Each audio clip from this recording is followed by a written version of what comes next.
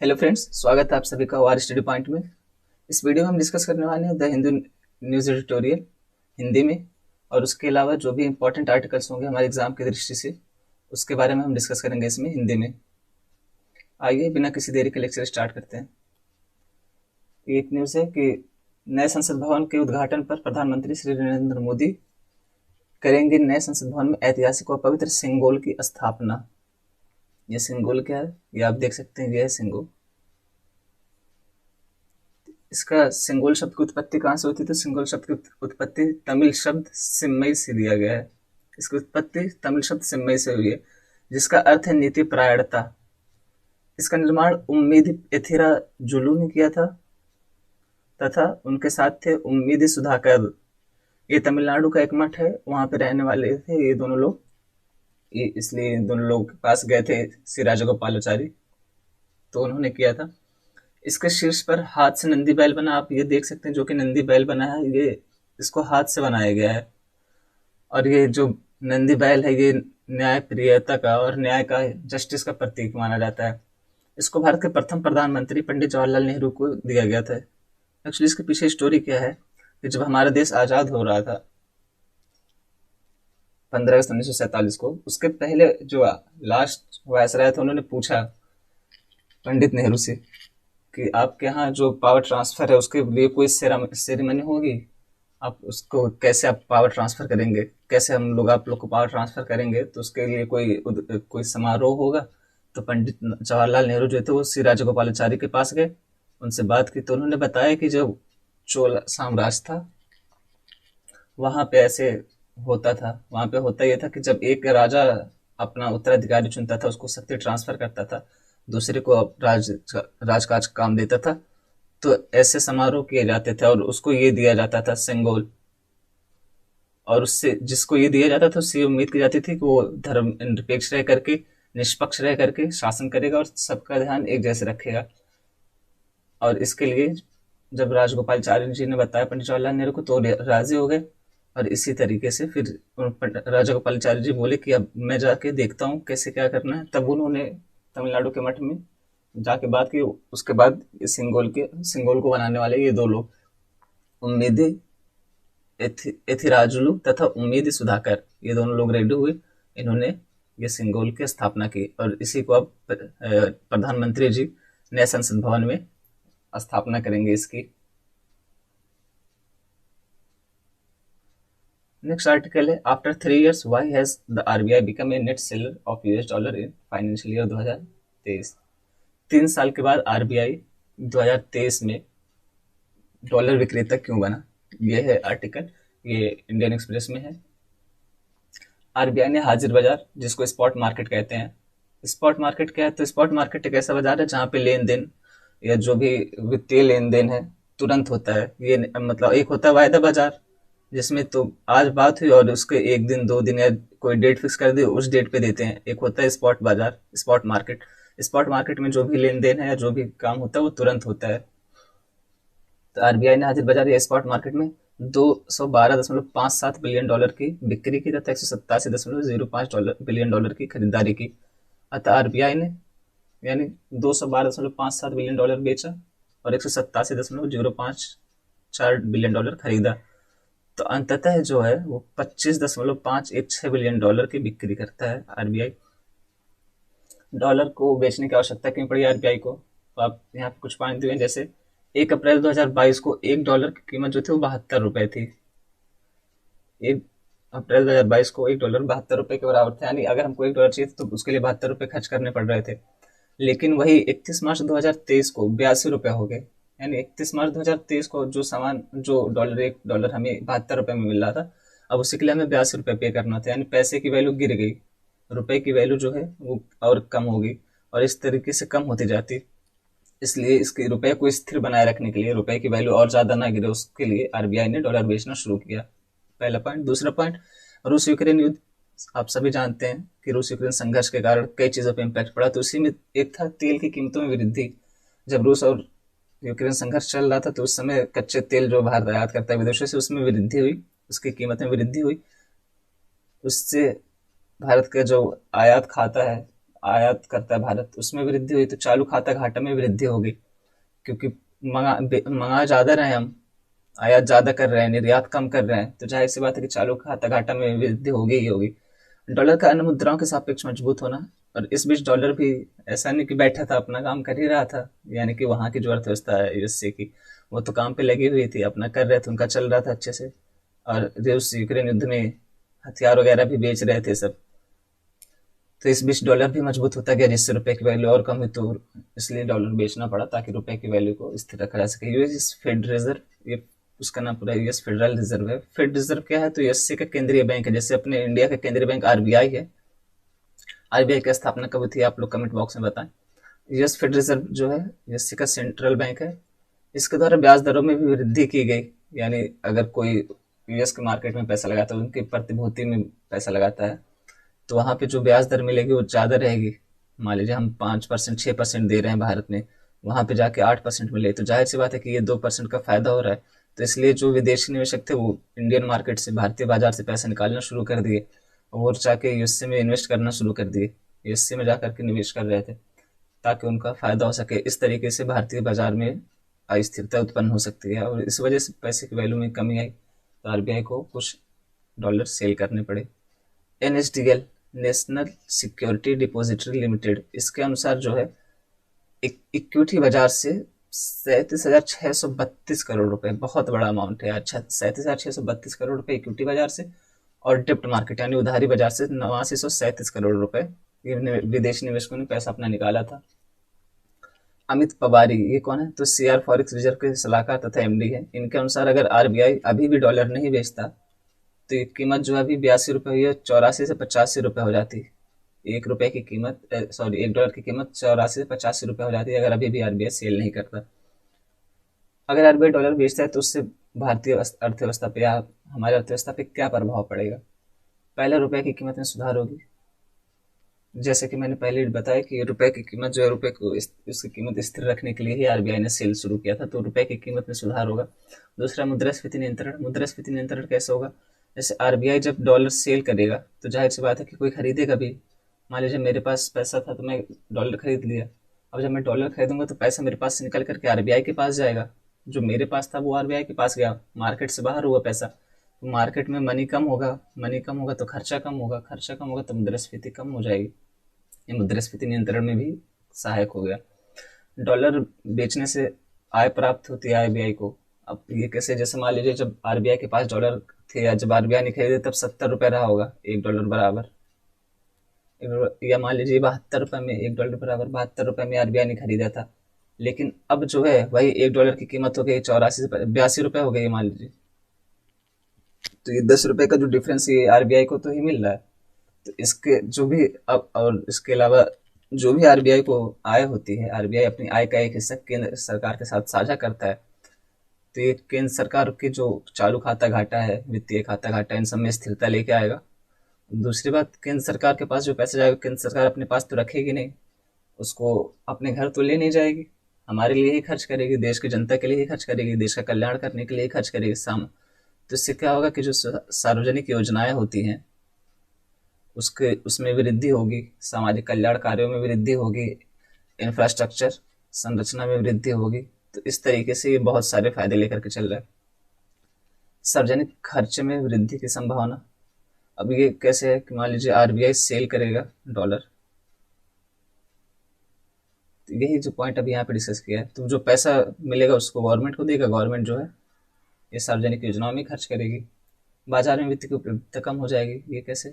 अभी यहाँ पे मैंने बताया कि जैसे मान लीजिए जो डॉलर खरीदेगा उसका पैसा जो है वो आरबीआई के पास चला जाएगा, तो उसके पास पैसा कम रहेगा। इस तरीके से मार्केट से अगर 10 लोग खरीदते हैं, 10 लोग का पैसा आरबीआई के पास चला गया, इस तरीके से वित्त की कमी हो जाएगी बाजार में।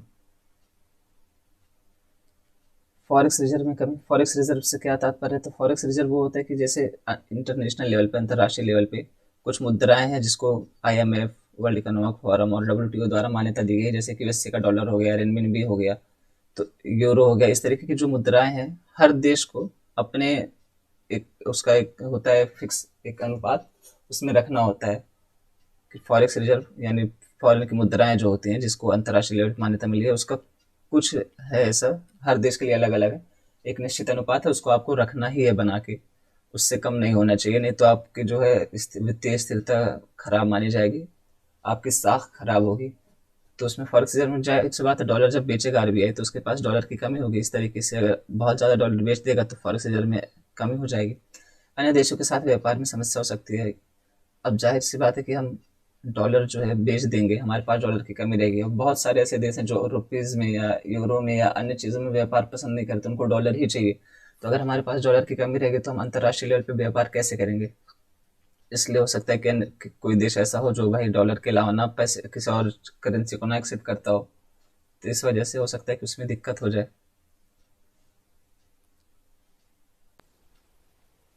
आइए नेक्स्ट आर्टिकल की ओर चलते हैं।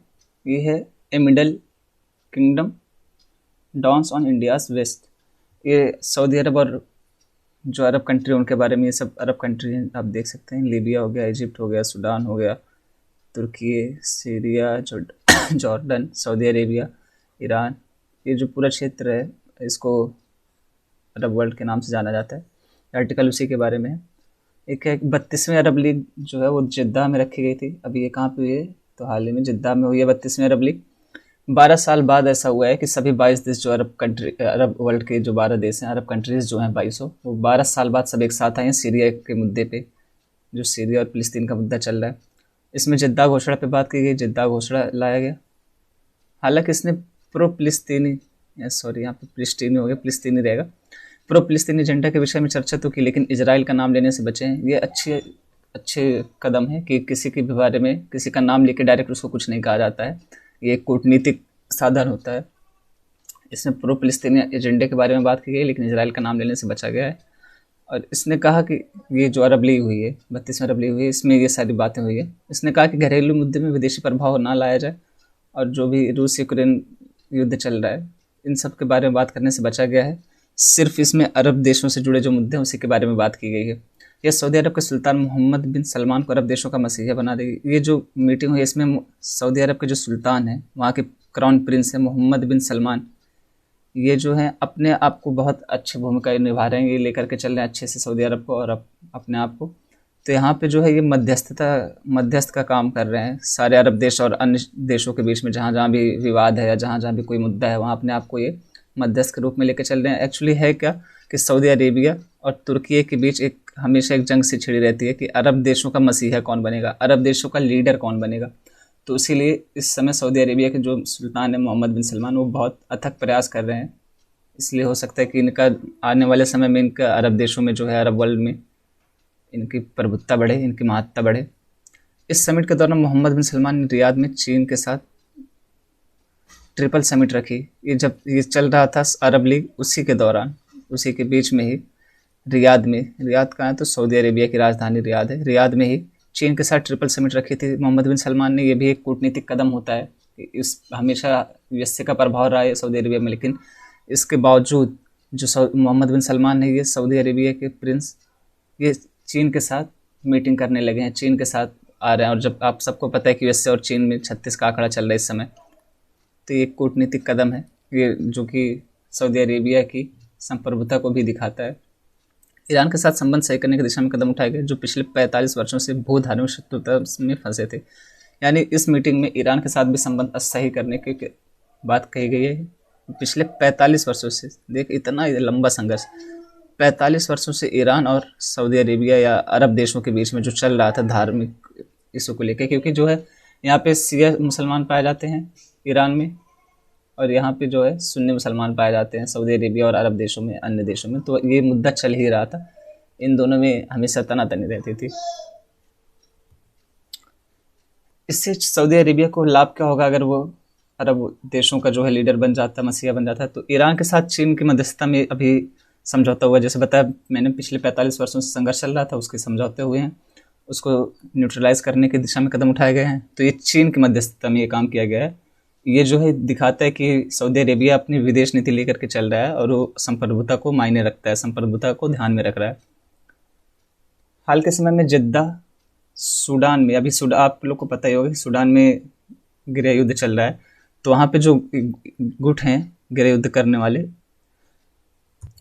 वहाँ पे जो गुट हैं युद्ध करने वाले, वो सब जो हैं सऊदी अरेबिया के नेतृत्व में आकर के जिद्दा में मीटिंग करते हैं कि वहाँ पे शांति कैसे स्थापित की जाए। इसलिए जिद्दा जो है सूडान के गृह युद्धों में शांति कराने के लिए एक शांति वार्ता स्थल बन गया है। सऊदी अरेबिया के इसमें आर्थिक लाभ भी है, क्योंकि 2022 में सऊदी अरेबिया की जीडीपी 8.7% की वृद्धि दर से बढ़ी है, जो रिकॉर्ड $1108 बिलियन पहुंच गई। 8.7% की ग्रोथ हुई है 2022 में सऊदी अरेबिया की जीडीपी में, और कुल जीडीपी इसके जो बनी है जीडीपी का आकार वो 1108 बिलियन डॉलर पहुंच गई है। और दूसरे ये अरब देशों में है, अरब देशों में सेकंड नंबर पे है यूएई, और यूएई जो है इसका आधा है, यानी सऊदी अरेबिया यूएई का दूसरा 2 गुना है।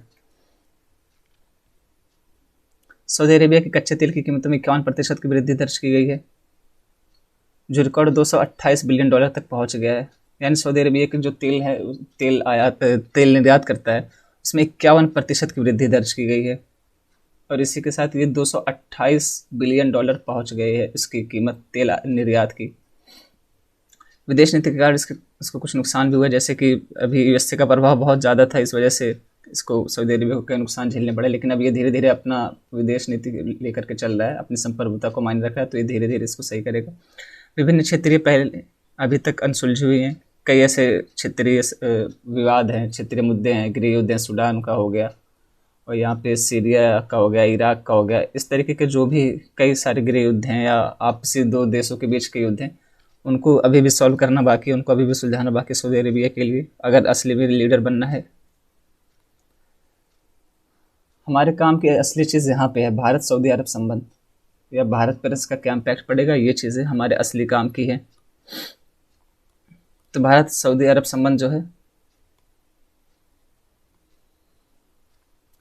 तेल और गैस की दिशा में क्या है, सऊदी अरब वर्तमान में भारत के कच्चे तेल का दूसरा सबसे बड़ा आपूर्तिकर्ता है। पहले पे कौन है, तो पहले पे इराक है, यानी कच्चा तेल जो हम आयात करते हैं उसमें दूसरा सबसे बड़ा आपूर्तिकर्ता ये है सऊदी अरेबिया, और पहले पे कौन है, इराक। भारत अपने कच्चे तेल की आवश्यकता का लगभग 18% और एलपीजी का लगभग 22% सऊदी अरेबिया से आयात करता है, यानी 100 में से 18 भाग जो है हम सऊदी अरेबिया से तेल आयात करते हैं, और एलपीजी का 22 भाग सऊदी अरेबिया से आयात करते हैं। सऊदी अरामको ये संयुक्त अरब अमीरात के एडनोक और भारतीय सार्वजनिक क्षेत्र की तेल कंपनियों द्वारा महाराष्ट्र के रायगढ़ में दुनिया की सबसे बड़ी ग्रीनफील्ड रिफाइनरी की स्थापना के लिए अध्ययन किया जा रहा है। यानी सऊदी अरामको जो है ये तेल रिफाइनरी कंपनी है, ये महाराष्ट्र के रायगढ़ में दुनिया की सबसे बड़ी ग्रीनफील्ड रिफाइनरी की स्थापना के लिए अध्ययन कर रही है, हो सकता है यहाँ पे स्थापित भी करे। द्विपक्षीय व्यापार देखते हैं सऊदी अरेबिया और भारत के बीच, तो सऊदी अरब भारत का चौथा सबसे बड़ा व्यापार भागीदार है। अमेरिका, चीन, जापान, यानी सबसे बड़ा भागीदार जो है वो अमेरिका, उसके बाद चीन है, उसके बाद जापान, उसके बाद चौथे नंबर पे है सऊदी अरेबिया, भारत का सबसे बड़ा भागीदार। वित्त वर्ष 2021-22 में द्विपक्षीय व्यापार 8 अरब अमेरिकी डॉलर का था। सऊदी अरब से भारत का आयात 34.01 अरब डॉलर और सऊदी अरब को 8.76 अरब डॉलर का निर्यात हुआ है। वर्ष 2021 की तुलना में 49.5% की वृद्धि हुई, यानी 2021 की तुलना में 49.5% वृद्धि हुई है 2022 में। और आयात जो भारत करता है 34.01 अरब डॉलर का करता है, निर्यात जो किया सऊदी अरेबिया को 8.76 अरब डॉलर का किया है, यानी अंततः हम घाटे में ही हैं। वित्त वर्ष 2021-22 में सऊदी अरब के साथ व्यापार भारत के कुल व्यापार का 4.14% था, यानी भारत जो भी व्यापार करता है उसका 4.14%, 100 से 4.14 भाग जो है ये सऊदी अरेबिया के साथ व्यापार किया भारत 2021-22 में। भारतीय प्रवासी या भारतीय लोग यहाँ से काम करने के लिए तेल कंपनियों में या ड्राइविंग में या अन्य क्षेत्रों में काम करने के लिए जो भारत से लोग गए हैं, सऊदी अरब में 6 मिलियन भारतीय प्रवासी हैं। 6 मिलियन बहुत बड़ी संख्या होती है। सबसे बड़ा प्रवासी देख सकते हैं कि 6 मिलियन भारतीय प्रवासी समुदाय हैं सऊदी अरेबिया में भारतीय, और ये सऊदी अरब का सबसे बड़ा प्रवासी समुदाय है। उनकी विशेषज्ञता, अनुशासन की भावना, कानून का पालन करने और शांतिप्रिय प्रकृति का सबसे पसंदीदा समुदाय है। यानी ये यार अनुशासन की भावना, कानून का पालन, ये सब तो हम लोग अपने देश में करते नहीं, लेकिन जब बाहर जाते हैं तो अच्छे से फॉलो कर रहे हैं। ये कहा जा रहा है कि सऊदी अरेबिया में भारतीय लोग जो हैं वो सबसे पसंदीदा समुदाय है सऊदी अरब का, और सबसे ज़्यादा संख्या सऊदी अरब में किसी प्रवासी देश की है तो वो भारतीयों की ही है। सांस्कृतिक संबंध, हज यात्रा भारत और सऊदी अरेबिया के बीच द्विपक्षीय संबंधों के एक अन्य महत्वपूर्ण घटक है। हज यात्रा पर जैसे मुस्लिम समुदाय में होता है कि हज यात्रा पे जाते हैं, और हिंदू समुदाय में होता है कि तीर्थ यात्रा पे जाते हैं, तो उसी में हज यात्रा जो है ये मुस्लिमों का जो पवित्र स्थल है मक्का मदीना, वो सऊदी अरेबिया में ही है। इससे द्विपक्षीय संबंध मजबूत होते हैं, आपसी सहयोग बढ़ता है, लोगों की आवाजाही होती है, तो एक दूसरे के धर्म संस्कृति के बारे में जानते हैं। नौसैनिक अभ्यास कौन कौन से हैं, तो ये भारत और सऊदी अरेबिया के मध्य अलमोहद अल हिंद अभ्यास नामक पहला नौसेना संयुक्त अभ्यास शुरू किया गया है। आगे की राह क्या हो सकती है? भारत को इस पर नज़र रखनी चाहिए तथा उसके हिसाब से राष्ट्रीय हित में काम करना चाहिए। यानी जो भी अब इस समय अरब वर्ल्ड में चेंजेस आ रहे हैं सऊदी अरेबिया और तुर्की को लेकर के या अन्य अरब देशों को लेकर के, भारत को इस पर चीन की नज़र रखनी चाहिए, क्योंकि चीन का हस्तक्षेप हो चुका है। चीन की मध्यस्थता से ही ईरान समझौता हुआ है, ईरान के साथ रिलेशन न्यूट्रलाइज करने की बात कर रहे हैं अरब देश, तो भारत को इस पर नज़र गड़ाए रखनी चाहिए।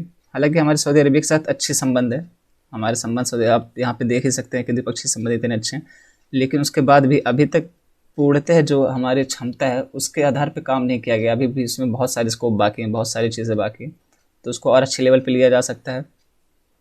मोहम्मद बिन सलमान को भारत बुलाया जा सकता है, भारत की विजिट पे, भारत यात्रा पे बुलाया जा सकता है, और द्विपक्षीय संबंधों को मजबूत करने की दिशा में कदम उठाया जा सकता है। ये सब करना पड़ेगा, नहीं तो चीन का प्रभुत्व फिर से बढ़ जाएगा और फिर हमारे लिए मुश्किलें हो जाएंगी। और इसके अलावा कच्चे तेल के अलावा कहाँ कहाँ हम सहयोग कर सकते हैं, किस किस मुद्दे को लेकर के चल सकते हैं, तो जैसे हो गया ऊर्जा, स्वास्थ्य, तकनीक, पर्यावरण, सूचना प्रौद्योगिकी, इंफ्रास्ट्रक्चर, इन सारे क्षेत्रों को भी लेकर के चलना चाहिए। सिर्फ कच्चे तेल पे डिपेंड नहीं रहना चाहिए, कच्चे तेल के व्यापार पे सिर्फ डिपेंड ना रहे, बल्कि इन सारे क्षेत्रों को भी लेकर के चलें।